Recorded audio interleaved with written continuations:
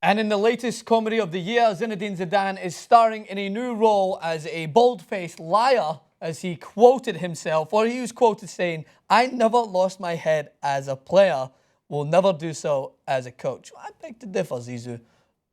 You headbutted a guy in the chest. You headbutted a guy in the chest in a World Cup final.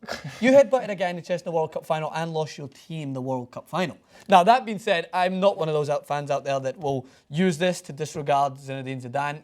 My man crush is as prominent as ever. He's one of my favourite players. He's the James Bond of the football part with the way he moved around. He was so suave, man. He could chat up girls whilst taking people one-on-one. He was smooth, suave on the ball, very fluent, but you headbutt a guy in the chest. That's losing your head as far as I would check. I mean, that's misplacing your head. That's trying to put your head in the guy's chest. In the guy's chest cavity. Yeah. I thought when I saw this, it was on ESPN FC or Deadspin or whatever, which were the soccer blogs, football blogs. Sorry. Jeez, every time I say soccer, get him off. We don't need him.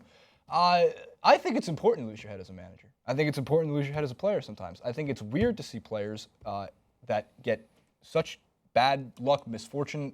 It calls yellow cards not deserving, or sometimes deserving, red cards sent off if they're not deserving or deserving, and they just kind of sit there and they're calm about it. Yeah. You're supposed to lose your head. It's a sports game. It's a sports match. It's supposed to be intense.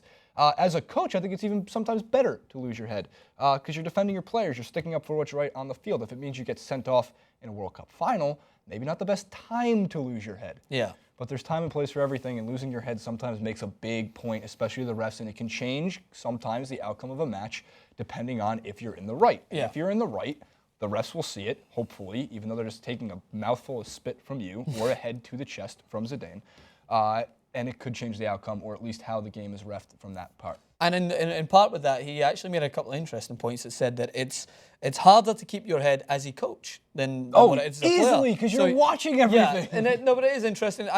Again, it comes to the whole thing where you can directly influence it as a player. I would say it's harder to watch as a spectator because you can't keep your head as a fan because you cannot do anything to influence it. You can still do things to influence it as a manager. That being said, you're relying on your players. But as we see from Zidane, he is actually living proof that you can influence your team as a manager much more so than you'd expect, because Real Madrid, facing adversity against Wolfsburg, bounced back, win the game 3-0. That being said, Ronaldo was on form. But that's something that I don't think would have happened under Rafa because of the man management that Zinedine Zidane has. Well, it's really tough when you're kind of watch the Toy Story store.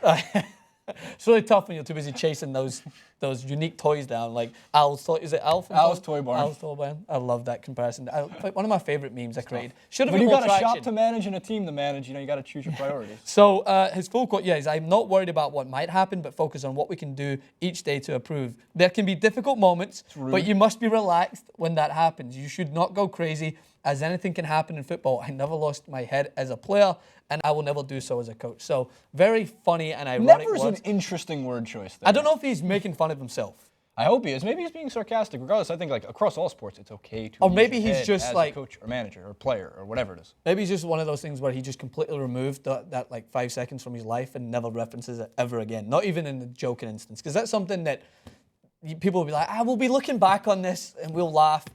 No, you fucking won't. France will be like, I am never laughing at that. There is no way. I mean, it was a significant moment in history for that team and for the World Cup. I mean, the people that don't even watch it in America, they would come up to me like, yeah, remember that soccer cup, World Cup, when that guy tried to put his headbutt in that guy's chest? Man, that sport's crazy. Do we really sound like that? That's exactly how you guys sound. Exactly. Can I have a kale salad and a peppermint mocha? You eat kale salad.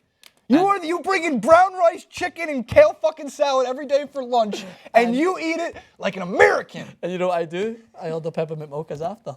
It's a very stereotypical Valley Girl diet. I went to the Starbucks to pick you up coffee because I am that good of a friend. You did, I remember. On last Thursday morning, or whenever this clip goes up, that could be whatever Thursday morning.